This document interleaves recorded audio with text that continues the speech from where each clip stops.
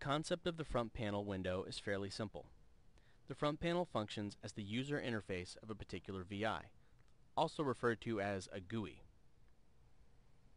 The front panel has controls and indicators, which when placed on a front panel are automatically placed on the block diagram. Additionally, source code for the front panel can be found on the block diagram.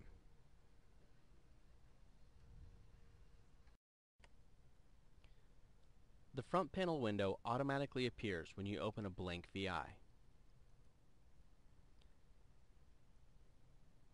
The front panel window has a toolbar across the top and a controls palette that can be found by right-clicking anywhere on the front panel workspace. To customize the controls that are visible, use the thumbtack to pin the controls palette to the front panel workspace. Then select the View button and change visible categories. Here, you can customize the controls that are visible in your controls palette. For this tutorial, press Select All, then select OK to save and exit.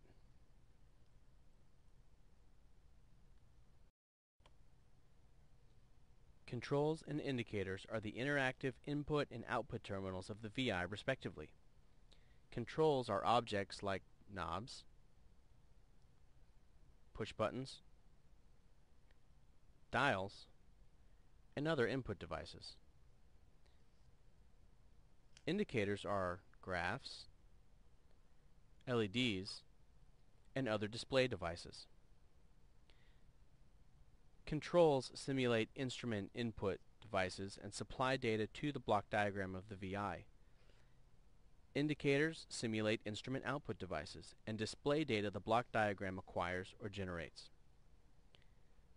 It's important to know that every control and indicator has a data type associated with it. For example, the dial is a numeric data type. Double-click the dial control and LabVIEW will jump to the terminal location on the block diagram. Notice the color of the terminal. Orange terminals are a data type of double, which is a type of numeric data. Now let's use our controls palette to place some controls and indicators on our front panel. Let's start with a blank VI. In the front panel window, right-click to bring up the controls palette. Click the thumbtack to pin the controls palette to the workspace. Navigate to the numeric subpalette and click. From here, you can see all of the numeric controls and indicators that are available. Drag and drop a numeric control onto your front panel workspace. You can use the increment and decrement buttons to change the value. You can also double-click and type in a value. Press Enter to save. Navigate up one level in your controls palette. Notice the Boolean subpalette and the String and Path subpalette. Although numeric controls are the most common found on front panels, we should also be aware of Boolean controls and indicators and string controls and indicators. Click on the Boolean subpalette.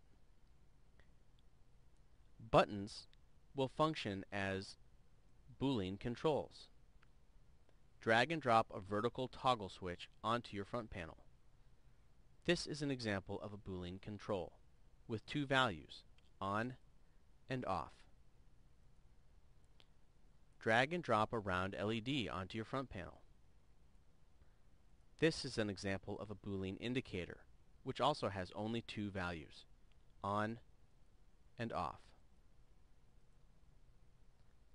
Navigate up one level in your controls palette and select the String and Path subpalette.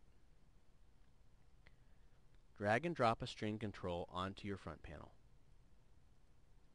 Here, you can enter text. This text will be transferred to your block diagram. Drag and drop a string indicator from the controls panel. Text from the block diagram will be displayed here. All LabVIEW objects have associated shortcut menus and property dialog boxes. As you create a VI, use the shortcut menu items and/or the properties dialog box to change the appearance and behavior of front panel and block diagram objects. To access the shortcut menu, right-click the object you want to modify. Let's try modifying a string control using the shortcut menus and properties dialog box. We'll start with a blank VI. Right-click the front panel workspace to open the controls palette. Click the thumbtack to pin the controls palette to the workspace. Navigate to the string and path subpalette and drag and drop a string control onto your front panel. Let's say that this particular string control will need to display a large amount of text.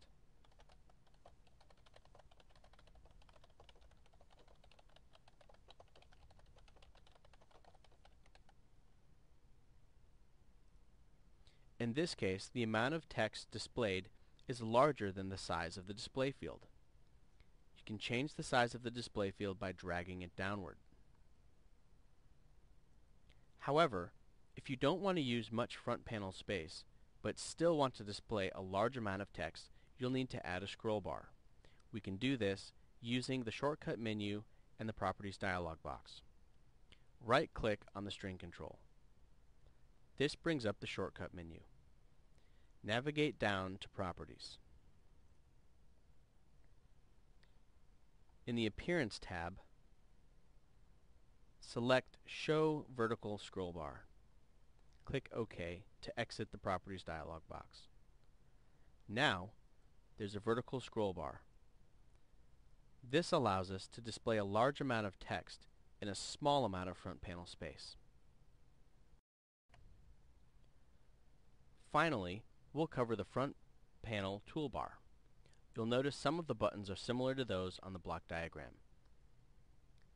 The Run button can be used to run your VI. The Run Continuously button runs your VI continuously in a loop. The Abort Execution button immediately stops the execution of your VI if there is no other way to stop it. Caution: the Abort Execution button stops the VI immediately, before the VI finishes the current iteration. Aborting a VI that uses external resources, such as external hardware, might leave the resources in an unknown state by not resetting or releasing them properly. It is best to design VIs with a stop button to avoid this problem. The Pause button can be used to pause the execution of a running VI. The Text Settings pull-down menu can be used to select different text settings for text in your front panel. The Align Objects pull-down menu can be used to align objects in your front panel to different axes. The Distribute Objects pull-down menu can be used to distribute objects on your front panel evenly or in different arrangements.